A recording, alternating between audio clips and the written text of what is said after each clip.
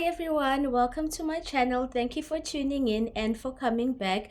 If you're a first time viewer, please make sure you like, you comment, and most importantly, subscribe. So namhlanje ke sikhuluma ngamaphupho ukuthi amaphupho achaza ukuthini, izinto ezisuke zivela emaphupheni akho, whether uphupha usemanzini noma uphupha usehlane noma uphupha uyadriver. Yabona nje zonke izinto ezikanjalo ukuthi zisuke zichaza ukuthini ngokwesintu. So sizoqala nje ngephupho ngomuntu osuke eyibona either esolwandle noma esemanzini. Abanye abantu banokuyiphupha mhlampe besemkhumbini, so siyabheka nje ukuthi ke lokho kuchaza ukuthini.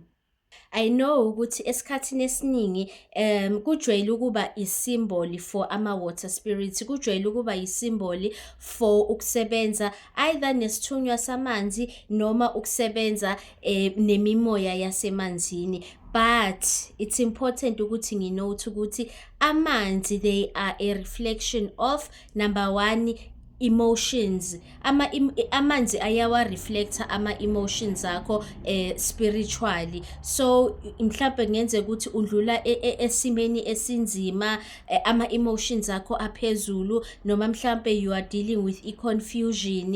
It doesn't exactly mean ukuthi ke usuke unobizo noma kusuke kufanele uye emanzini, but ke bakhona abantu abayaye baphupha amanzi uthola ukuthi vele it's either izalukazi ziyambiza emanzini, dala agcina ukwenza ama-cleansings, dala agcina ukuphakamela nje izinto zakhe zasemanzini ukuthi akayovakasha, ake ayokwenza umnikelo, ayophahla nje just ukuthi ke a-connect. So bayambiza ukuthi ke dala sagcina ukukubona, uyakhala uthi uney'nkinga zemali, uyakhala uthi awuhleli kahle, mhlawumbe awuhleli kahle emsebenzini noma awuhleli kahle ekhaya. Usually lezo zinto lezo zihambiselana namanzi, lapho ekusuke kwenzeka khona imali, whatever nje into ehambiselana okukuphilisa ama-resources, i-abundance, lezo zinto lezo they are linked to water. Enye into futhi ehambiselana namanzi izinto that esikhathini esiningi ezilinkwa to i-femininity, so ukulala kahle, ukunakekela umzimba wakho, izifo osunazo emzimbeni wakho ezidalwa ama-emotions, because ama-emotions esinawo ngaphakathi kwethu ayayidala ke izifo. I'm not sure if you guys benikwazi lokho, but definitely kuyenzeka.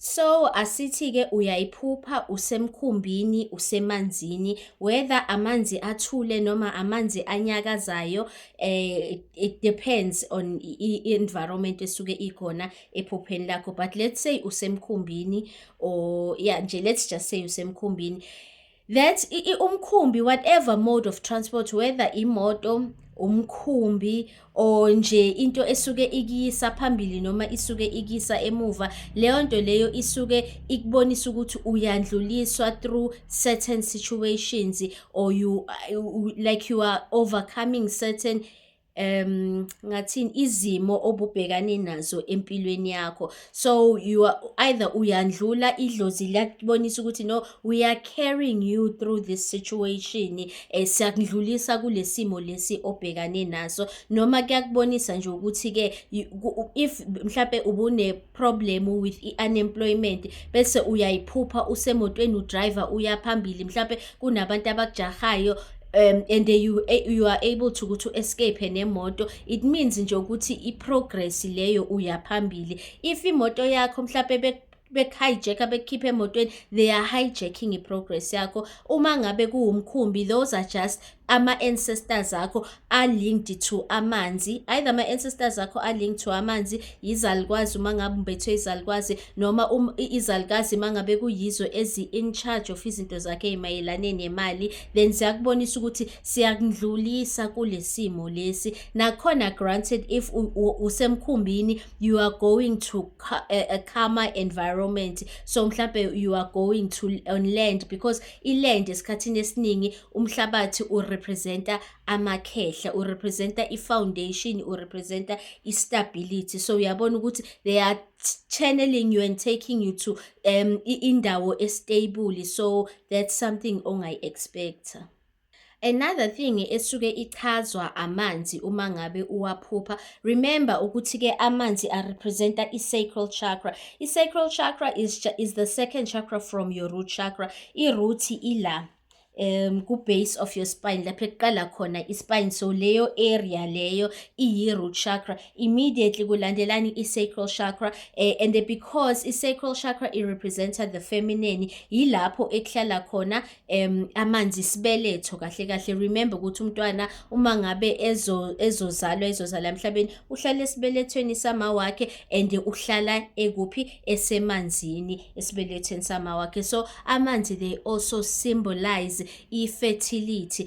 If uwumuntu wesilisa nawe uphupha amanzi, remember ukuthi ke it could be a fertile environment, ukuthi whatever imbewu obuloku uyitshala, kunezinto ofisa ukuyivuna empilweni yakho. So uloku uphutha ini effort, uwenza imizamo ukuthi ke you want to reap certain things empilweni yakho. So uloku uyatshala lezinto ofuna ukuyivuna. It also means ukuthi ke yes, leyo nto leyo, it is working. You are going to reap ama rewards of what you have sown. So it's important futhi ukuthi, is it calm waters noma is it rough waters? If it's rough waters, kukutshela nje ukuthi une-anxiety, you are emotionally overwhelmed. So lawo manzi representa lokho. But if it's calm waters, kukutshela nje ukuthi isimo leso suyongena kuso, if uphuma emanzini a-rough, like le transportation, mode of transportation obukuyo kulamanzi, iphuma from yabo ku-rough kuya ku-calm, then itshengisa nakho isimo osuka kuso oya kuso. Another thing about lo mkhumbi lona esuke sikhuluma kuwo, or whatever mode of transport, it's just a symbol of impilo yakho. It's a symbol of ukuthi ke impilo yakho isizo improve uma ngabe imoto yakho iyashayisa ephupheni, uma ngabe imoto yakho iyantshontshwa, kuyasho nje ukuthi it's either they are stealing your destiny, noma kukhona okuthathwayo kuwe, but kuthathwa ephupheni, noma kukhona okubhediswayo empilweni yakho. So that's something nje that you absolutely have to ukuthi ke uyigade, ukuthi leyo mode of transport osuke uyisebenzisa kwenzakalani ngayo, isuke iyintsha noma isuke indala, because kwalokho kusuke kukutshela something. Let's say uhamba ngemoto endala noma ngomkhumbi omdala, uyaphuma kuloyo mkhumbi uyongena esimeni esisha, esimeni esingcono, calmer waters, uyongena kulendi, uya endlini enhle. All of those things are showing ukuthi ke isimo sakho sa-improve. But if the opposite is happening, then it's time for ama-cleansings.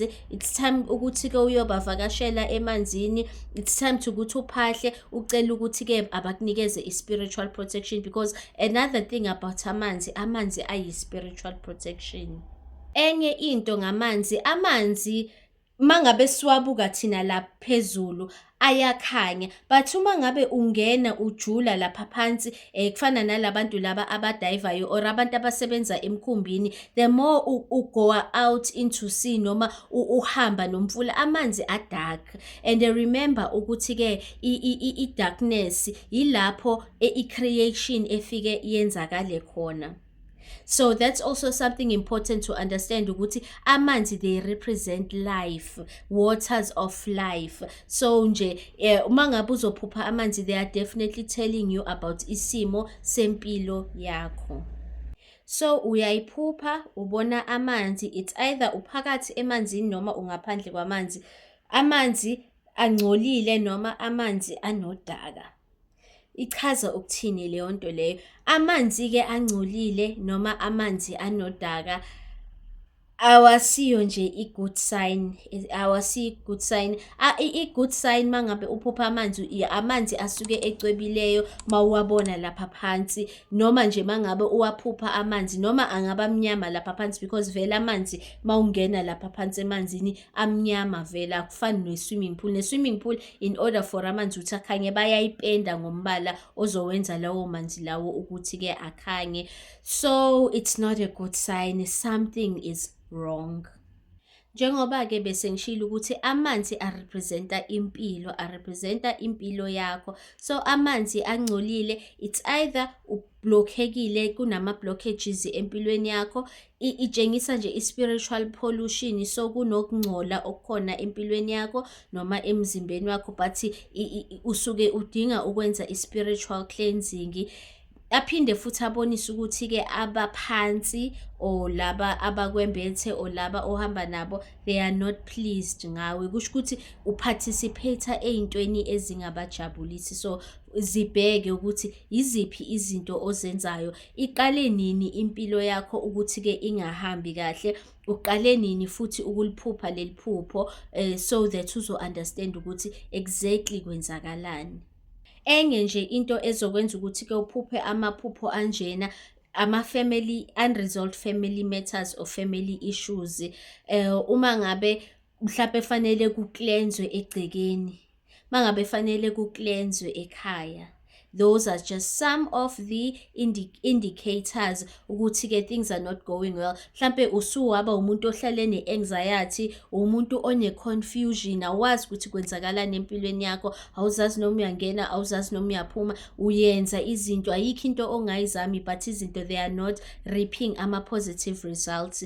Then nje la you are more inclined ukuthi bese uphupha izinto ezikanjena. So uma ngabe uyithola ku-environment e-toxic noma around a toxic group of people, noma nje lapho okhona isimo asikho right, you are more inclined ukuthi uphuphe either umfula ongcolile noma uphuphe idamu elingcolile, but nje large bodies of water. So une-confusion, kunezinto ongayiboni kahle but ezikonelayo empilweni yakho, then uzophupha-ke nje umfula or ulwandle or yabona nje large bodies of water. You get what I'm saying? Uma ngabe lamanzi lawa angcolile, amanzi kufanele uwaphuze, lamanzi kufanele uwaphuze mhlampe awekho mahle noma anezinto ezingekho right ngaphakathi kwawo, it means awuyinakekeli, number 1, umzimba wakho. Kunama-habits amabi onawo, kunezinto ezimbi ezi-negative ezikugulisayo oyi-consume-ayo. So whatever it is, whether you are engaging ku-gossip, you are engaging in negative behaviors, leyo nto ikwenzani? Iyakungcolisa ngaphakathi, iyakugulisa ngaphakathi.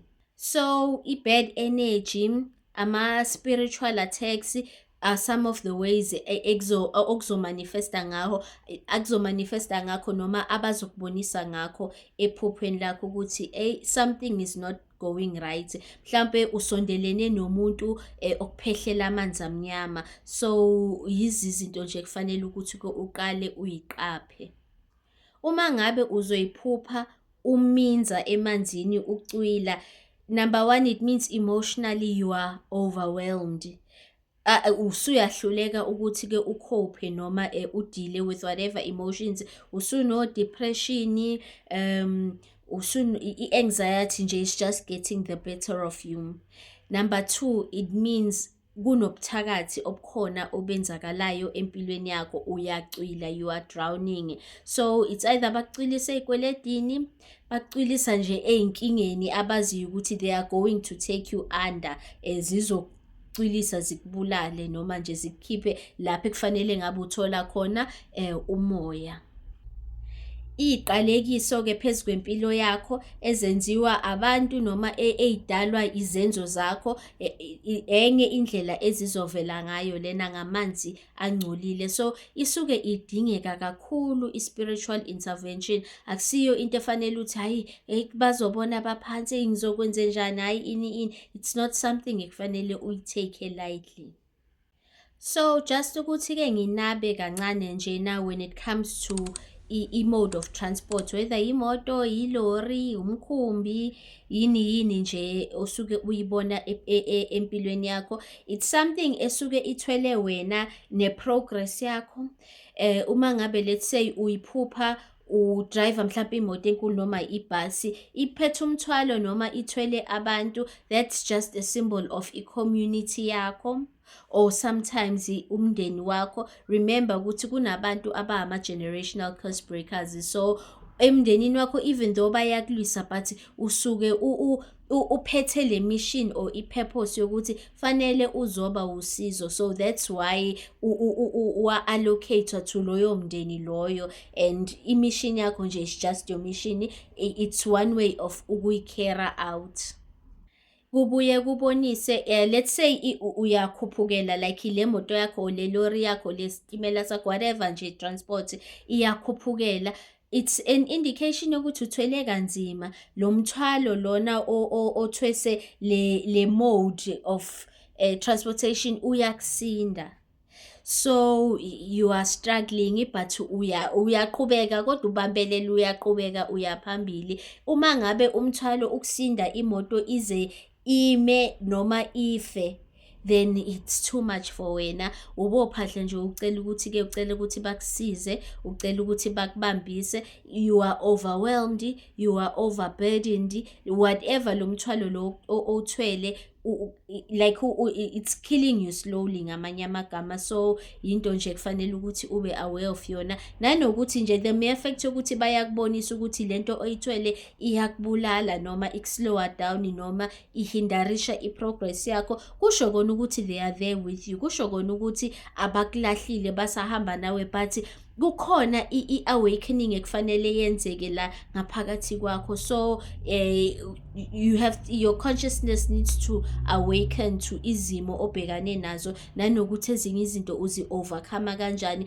nanokuthi nje when it comes to spiritual connection nezinto ekufanele ukuthi uyicele mangabe uphahla, yiziphi izinto osuke udinga usizo ngazo ngaleso sikhathi. But-ke imoto or i-mode of transportation uma ngabe noma ithwele but ikwazi ukuthi-ke imove iye phambili, ifike udilize nomthwalo, it just means ukuthi i-progress is there. Yes bekunzima, yes bekungekho lula, bekunama-responsibilities amaningi emahlombeni akho, but you were able to ukuthi wenze i-progress and uyaphambili, so that's a positive sign.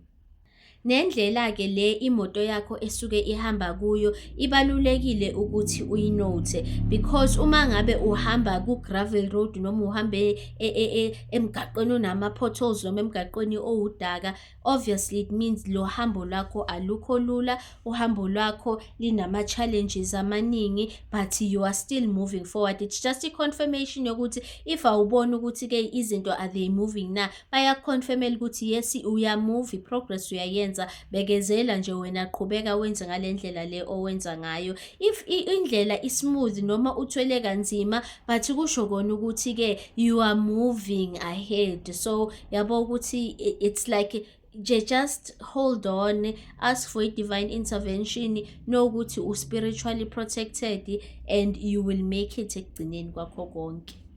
Okay, asithi-ke uphupha abangasekho ekhaya, either balwa bodwa noma balwa nomuntu osempilweni yakho noma umuntu onaye wena, whether it's in the same room, in the same car, same home, same yard, whatever, but balwa nalo muntu noma balwa nawe. I think lelo to mina liyayi-explainer, but abanye abantu bayaye banga-understand ukuthi-ke leyo nto isuke ichaza ukuthini. Umuntu ongasekho akamane nje alwe for no reason. It's very important, basuke bezama ukukubonisa ukuthi awukubhekisise iy'nqumo zakho oyithathayo, awukubhekisise labantu laba ohamba nabo, awukubhekisise indlela oyihambayo, because ngaso sonke isikhathi i-context vele ngithi-ke it matters. So bangaphandle kwejaridi, bangaphakathi kwejaridi, niphakathi endlini, bathethisa wena, bathethisa lo muntu, what are you doing? Either i-boyfriend la bathethisayo noma bathethise iy'ngane zakho, ubathethisa wena but kukhona iy'ngane zakho, noma niyamalunga omndeni abekho happy, batshengisa nje ukungabi happy nani. Uthole ukuthi niyaxabana as i-family, anisathelelana amanzi, and lama issues are not being resolved, noma kunezinto ekufanele zenzeke but instead of ukuthi zenziwe lezo zinto lezo, whether ama-rituals, whether umcimbi efanele wenzeke but aniwenzi because nilibele ukuphikisana, nilibele ukuxabana, then bese-ke bayavela bezothi focus on the bigger picture. So it's important ukuthi uyibheke ukuthi what's going on ngaleso sikhathi empilweni yakho. Angeke baze basuke nje beze kuwe bazo-communicate ngento that is fictional noma ngento engenzeki. Yabona, ukwazi ukuyibheka uyinuka amakhwapha ukuthi okay, mina kahle kahle ngenzani, without always ukubheka ngaphandle. Qala wobheka ngaphakathi before uyobheka ngaphandle ukuthi okay, kahle kahle lento esuke i-communicate-wa nami isuke imayelane nani. Yabona, mangabe kunokungazwani between ama-relatives or ama-family members angasekho, esikhathini esiningi you'll see ukuthi nasendlini or ekhaya or emndenini kuzoba nezimpi noma kuzolwa iy'lwane, but lapho basuke benibonisa ukuthi there is i-unrest ekhona emsamu noma ekhona emndenini. So those are things that you guys need to attend to. Okay, let's get into ukuphupha either wild animals noma ukuphupha iy'nkomo, iy'mbuzi, whatever nje leso silwane leso osuke usiphupha. So iy'nkomo-ke immediately nje zichaza amadlozi, zichaza abaphansi, ama-ancestors. So yiyo into osuke uyiphupha leyo, and it matters ukuthi uphupha inkomo emnyama, ebrown noma uphupha inkomo emhlophe. Kuyakhawunta-ke futhi ukuthi-ke uma ngabe uphupha ley'lwane, uphupha ley'nkomo, uziphupha zenzani, because iy'nkomo nazo ziyi-symbol of i-abundance, ziyi-symbol of umnotho, ziyi-symbol of ukwanda, so impilo, wealth. So kuyadiphenda-ke also ukuthi uyiphupha zenzani, uyiphupha zikujaha noma uyiphupha ziyidlela laphayana utshani, noma uphupha zenze njani, ziyalwa zodwa, mhlampe kulwa inkomo emnyama nenkomo ebrown, because nalokho kungasymbolize ukuthi-ke mhlampe kunombango. Uma ngabe uyiphupha zikugijimisa, it means something, idlozi mhlampe alijabule ngawe nezinto ozenzayo, noma ngokuthi wena awusayi-attend izinto ey'mayelane nomsamo. So mangabe uyiphupha, it's important ukuthi i-context siyithola ngokuthi uyiphupha mazenzani. Inkomo mangabe isuke i-dark, so maybe let's say inkomo emnyama noma inkomo ebrown, esikhathini esiningi kufanele uyibuze ukuthi ugcine nini ukuya ekhaya.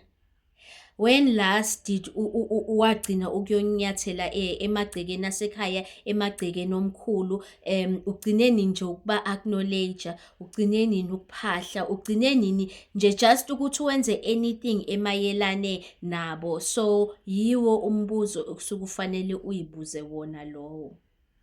So ngesinye isikhathi-ke uma ngabe uphupha iy'nkomo zilwa noma iy'nkomo zikujaha, kusuke kukutshela ukuthi something is wrong spiritually. So it's either kunabantu abazama ukukonela izinto spiritually noma ukukonela izinto emsamu, or idlozi alijabule ngawe, izinto ayihambi kahle ekhaya, mhlawumbe idala abakugcina, or kunama-unresolved family matters ekufanele ukuthi a-attendwe. So uzolithatha leli phupho ulikhulume nabantu abadala, noma wena you already know ukuthi yini lento efanele yenziwe, yini lento esuke idinga ukuthi iphakanyelwe. But amaphupho anjena awaziwa because asuke ekutshela ngani nge-foundation, ngomsamu, ngekhaya, ngomndeni.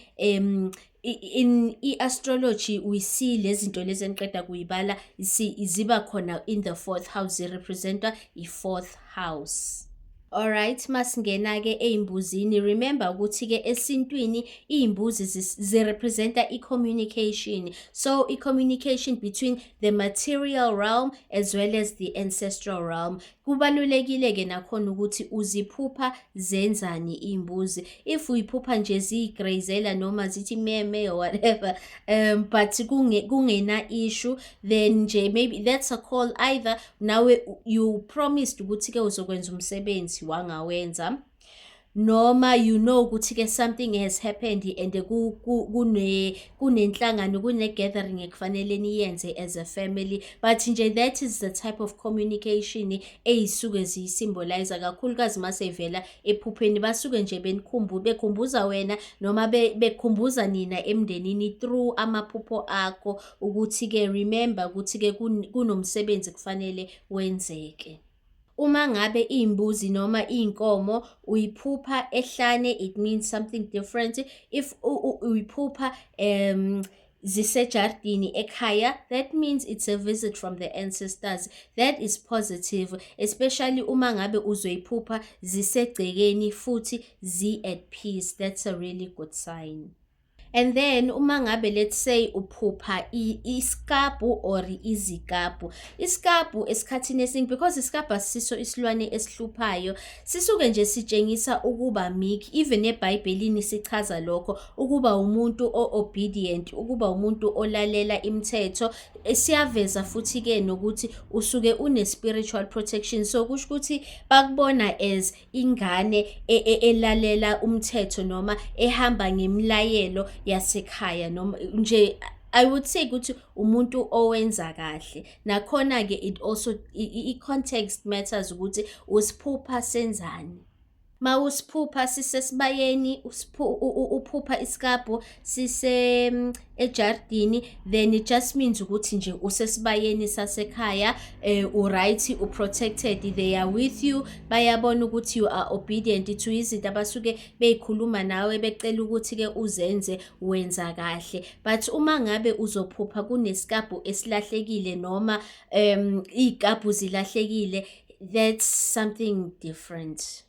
Fanele uyibuze-ke ukuthi usazenza yini izinto eziwusiko ekhaya, usalandela yini imithetho owaziyo ukuthi it's there to guide you for your own well-being, for i-protection yakho, noma usuwenza kakhulu izinto zomhlaba, usuwenza kakhulu izinto oyithole ebanganini. So fanele nje uyibheke indlela oyihambayo ukuthi-ke usahamba indlela e-right, are you still on your life path noma usudukile. Uboyibuza ukuthi-ke futhi what is your life's purpose, because uma ngabe uzophupha iy'lwane ey'lahlekile, uthola ukuthi-ke ezakini, but then fanele ubone ukuthi kunokulahleka okukhona, kunokuduka okukhona noma kunokudukiswa okukhona.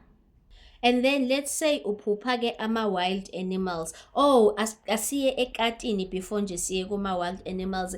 Ikati, guys, it's one of the most spiritual animals ongayithola nje la emhlabeni. Ikati liyakwazi ukubona izinto ngeso likamoya, liyakwazi ukubona imimoya, so very sensitive to the spiritual realm. Liyakwazi ukubona ama-spirits, liyakwazi ukubona ama-energies. So that's why you find ukuthi a lot of spiritual people bayathanda ukuba nekati egcekeni noma nje lapho abasuke bekhona besebenza khona. And then inja, yazi inja, it does sometimes represent abaphansi, especially uma ngabe kuzoba yinja esuke ik-attacker, then they are not happy with you. Into nje ufanele uyi-understande leyo. So sometimes uyaphupha uthola ukuthi-ke kunabantu abakuphendulela idlozi, so like baphendulela izinto zakho emsamu. Those are things that kufanele ukuthi-ke ube sensitive to zona. And then if you dream of hlapa amabhubesi, ingwe, Yabona iy'lwane nje singasho ukuthi ama-wild animals nakhona they mean different things in i-African spirituality. Abanye for them it means i-spiritual calling. It means ukuthi-ke fanele basukumele uhambo labo, either bayothwasa bayongena ephehlweni, but it's not that for everyone. For abanye abantu nje it just means ukuthi-ke it represents kahle kahle laba abasuke behamba nawe, laba abasuke bekungamele, laba abakuvikelayo, so they are showing their presence kuwe. Nakhona it's important ukuthi kusuke kwenzakalani ephupheni lakho uma ngabe uyiphupha lezo zinto. Ngiyazi-ke ukuthi-ke sibaningi safundiswa ukuthi inyoka ichaza isitha, but inyoka it represents amanzi, inyoka it represents feminine energy, inyoka irepresenta i-healing. When you look at it in the healing aspect or healing prospect, but if yes nayo iyayirepresenta izitha, especially if kuzoba inyoka mayik-attack. Sometimes usuke u-attackwa yinyoka but kusuke kungasiso isitha, ukuthi mhlawumbe umuntu osemsebenzini noma umuntu osemndenini, but kusuke kunezinto ekufanele uyiphakamele uyoyilungisa. There are things osuke ungazenzile kahle. Angithi siyazi futhi ukuthi in the African spirituality inyoka iyaye ichaze umndawo. So ezinye nje zezinto zokuthi i-context is important. Uyiphupha yenzani? The message always lies in ukuthi kusuke kwenzakalani ephupheni.